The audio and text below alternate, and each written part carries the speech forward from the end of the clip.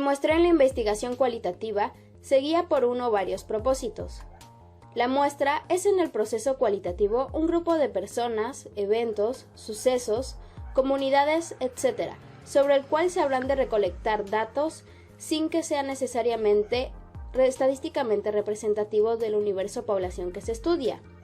No busca generalizar resultados, se determina durante o después de la inmersión inicial. Se puede ajustar en cualquier momento del estudio y no es probabilística.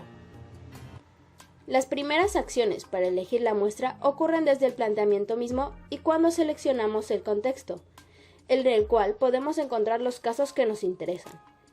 En estas investigaciones nos preguntamos qué casos nos interesan inicialmente y dónde podemos encontrarlos. Lo que se busca en la indagación cualitativa es profundidad. Nos conciernen casos o unidades, ya sea participantes, organizaciones, manifestaciones humanas, eventos, animales, hechos, etc., que nos ayuden a entender el fenómeno de estudio y a responder a las preguntas de investigación. Es necesario reflexionar sobre cuál es la estrategia de muestreo más pertinente para lograr los objetivos de investigación, tomando en cuenta los criterios de rigor, estratégicos, éticos y pragmáticos, como se explicará a continuación. Por lo general, son 3 de los factores que intervienen para determinar o sugerir el número de casos. Capacidad operativa de recolección y análisis. Es el número de casos que podemos manejar de manera realista y de acuerdo con los recursos que tenemos. El entendimiento del fenómeno. Es el número de casos que nos permitan responder a las preguntas de investigación, que más adelante se denominará saturación de categorías. La naturaleza del fenómeno en análisis. Si los casos o unidades son frecuentes y accesibles o si recolectar la información correspondiente lleva poco o mucho tiempo.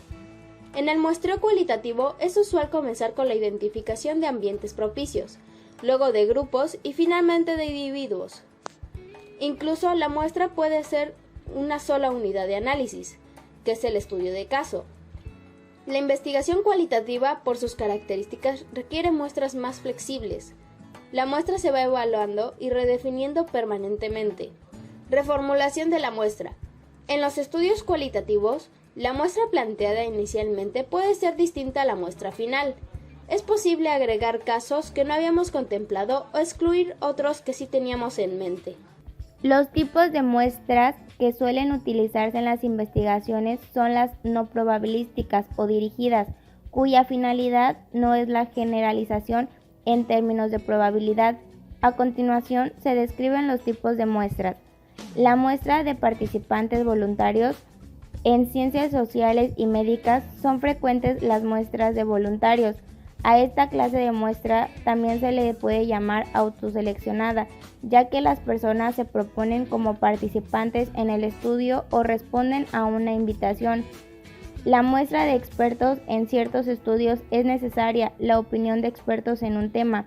Estas muestras son frecuentes en estudios cualitativos y exploratorios para generar hipótesis más precisas o la materia prima del diseño de cuestionarios. La muestra de casos tipo. También se utiliza una muestra de casos tipo en estudios cuantitativos, exploratorios y en investigaciones de tipo cualitativo, en el que el objetivo es la riqueza, profundidad y calidad de la información, no la cantidad ni la estandarización. En estudios con perspectiva fenomenológica, en los que el objetivo es analizar los valores, experiencias y significados de un grupo social, es frecuente el uso de muestras tanto de expertos como de casos tipo. La muestra por cuotas. La muestra por cuotas se utiliza mucho en estudios de opinión y mercadotecnia. Por ejemplo, los encuestadores reciben instrucciones de aplicar cuestionarios o realizar entrevistas abiertas a individuos en un lugar público, un centro comercial, una plaza o una colonia. Al hacerlo, van llenando cuotas de acuerdo con la proporción de ciertas variables demográficas. Estas muestras suelen ser comunes en encuestas e indagaciones cualitativas. Otras muestras no probabilísticas que además de las ya señaladas suelen utilizarse en estudios cualitativos. Muestras diversas o de máxima variación. Estas muestras son utilizadas como se busca mostrar distintas perspectivas y representar la complejidad del fenómeno estudiado, o bien documentar la diversidad para localizar diferencias y coincidencias, patrones y particularidades. Muestras homogéneas. Al contrario de las muestras diversas, en las muestras homogéneas las unidades que se van a seleccionar poseen un mismo perfil o características, o bien comparten rasgos similares. Su propósito es centrarse en el tema por investigar o resaltar situaciones, procesos o episodios en un grupo social. Una forma de muestra homogénea, combinada con las muestras de casos tipos, pero algunos autores destacan como una clase de muestra cualitativa. Son las llamadas muestras típicas o intensivas. En estas se eligen casos de un perfil similar, pero que se consideran representativos de un segmento de la población, una comunidad o una cultura. No es un sentido estadístico, sino de prototipo. Muestras en cadena o por redes, también llamadas bola de nieve. En este caso se identifican participantes clave y se agregan a la muestra. Se les pregunta si conocen a otras personas que puedan proporcionar más datos o ampliar la información, y una vez contactados los incluimos también. Muestras de casos extremos. Estas muestras son útiles cuando nos interesa evaluar características, grupos o situaciones alejadas de la normalidad o de prototipos. Este tipo de muestras se utiliza para estudiar etnias muy distintas al común de la población de un país. También para profundizar el análisis de comportamientos terroristas y procesos complejos que solamente dominan unos cuantos expertos. A veces se seleccionan casos extremos opuestos con fines comparativos. Muestras por oportunidad. Se trata de casos que de manera fortuita se presentan ante el investigador justo cuando los necesita, o bien individuos que requerimos y que se reúnen por algún motivo ajeno a la investigación, lo que nos proporciona una oportunidad extraordinaria para reclutarlos. Muestras teóricas o conceptuales. Cuando el investigador necesita entender un concepto o teoría, puede mostrar casos que le sirvan para este fin. Es decir, se eligen las unidades porque poseen uno o varios atributos que contribuyen a formular la teoría. Muestras confirmativas. La finalidad de las muestras confirmativas es sumar nuevos casos cuando en los ya analizados se suscita alguna controversia o surge información que apunta en diferentes direcciones.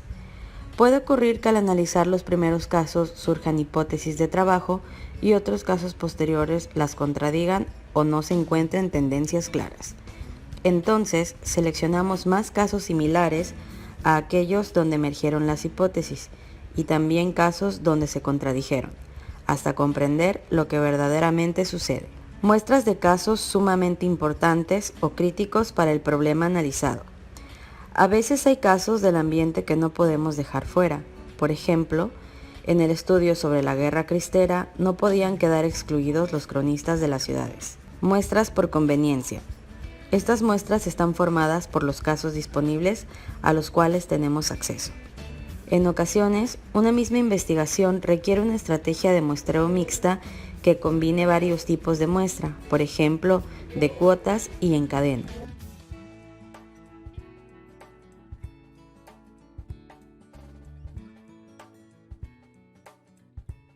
En conclusión, en todo el proceso de inmersión inicial en el campo, inmersión total, elección de las unidades o casos y de la muestra, debemos tomar en cuenta el planteamiento del problema, el cual constituye el elemento central que guía todo el proceso.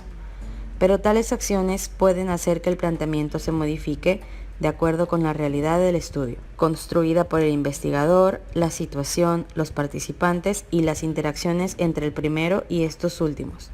El planteamiento siempre estará sujeto a revisión y a cambios.